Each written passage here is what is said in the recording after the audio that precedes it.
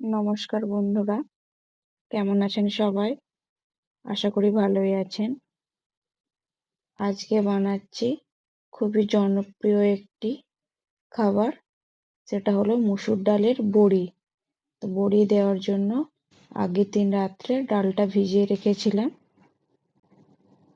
তারপরের দিন সকালে ডালটা ছেঁকে নিয়ে একটা মিক্সিং জারেতে দিয়ে ভালোভাবে পেস্ট করে নিতে হবে। মিহি পেস্ট বানাতে হবে। মোটা পেস্ট হলে বড়ি দিতে অসুবিধা হবে। তো দেখতেই পাচ্ছেন বন্ধুরা, আমি পেস্ট বানিয়ে নিচ্ছি।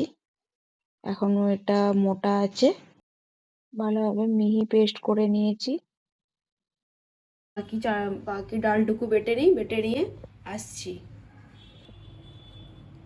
তো বাকি ডালটুকু নিয়ে নিয়েছি। তো বন্ধুরা বেটে নিয়ে আসছি। দেখুন বন্ধুরা, এখনো ভালোভাবে বাটা হয়নি, অর্ধেক অর্ধেক ডাল আছে। তো ভালো করে বাটতে হবে।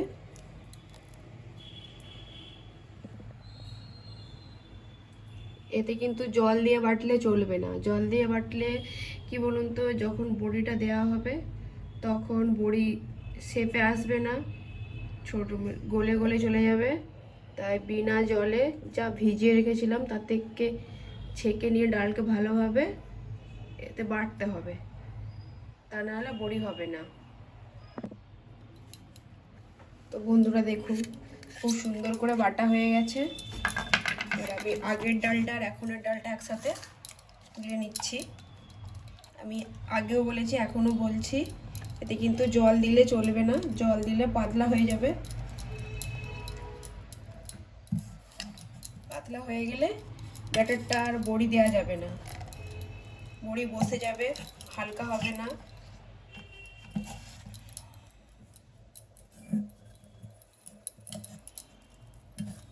যত ডাল ভালোভাবে শক্ত করে বাটবেন তত সেই ডালে বড়ি ভালো হবে।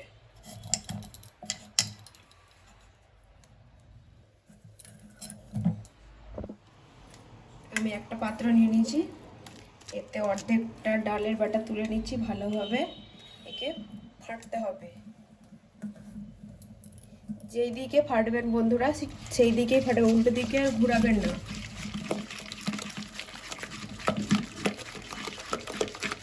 যত এভাবে ঘোরাবেন তত বড়িটা হালকা নরম হবে। এতে অনেকে লবণ দেয়, কিন্তু আমি লবণ দেব না, কারণ লবণ দিলে বেশি দিন ভালো থাকে না, খারাপ হয়ে যাওয়ার সম্ভাবনা বেশি থাকে। কারণ আমি এটা আমার মায়ের কাছ থেকে শিখে এসেছি, আর বড়ি দেওয়াটাও আমি মায়ের কাছ থেকেই শিখেছি।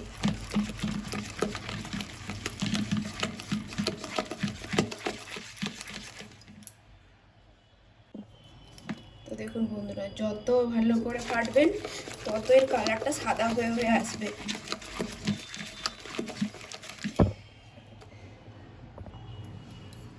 ভালোভাবে ফাটা হয়ে গেলে, কিভাবে ফাটা হয়ে গেছে কিভাবে বুঝবেন, একটা বাটিতে জল নেবেন, জল নিয়ে অল্প একটু ব্যাটার জলে দেবেন, দেখবেন ব্যাটারটা ভেসে উঠছে।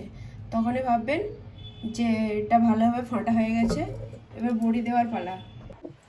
আমি যেহেতু এতে দেবো বড়িটা, তাই এর মধ্যে তেল দিয়ে ভালোভাবে তেলটা ব্রাশ করে নিচ্ছি। তেল দিলে বড়িটা লেগে থাকবে না, ভালোভাবে উঠে যাবে শুকনো হওয়ার পরে। অনেক সময় কী হয় বন্ধুরা, যে বড়ি লেগে রয়ে যায়, ভেঙে যায় তলার দিক থেকে নিচের দিক। পুরোটাই তেল গুলে এলাম, কতটা কি লাগবে সে তো বুঝতে পারছি না আমি, তাই।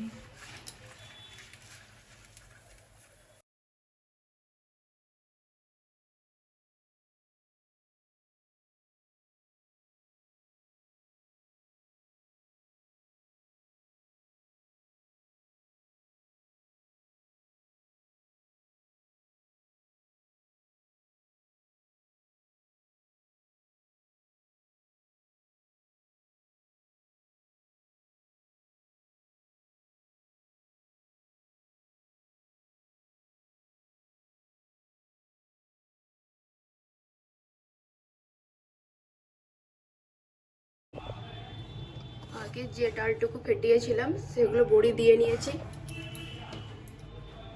বাকিটা ফেটিয়ে নিচ্ছি। তো বন্ধুরা দেখতে থাকুন। তো দেখতেই পাচ্ছেন বন্ধুরা, ফাইনালি সমস্ত বড়ি দেওয়া কমপ্লিট। এবার রোদে দিয়ে আসি।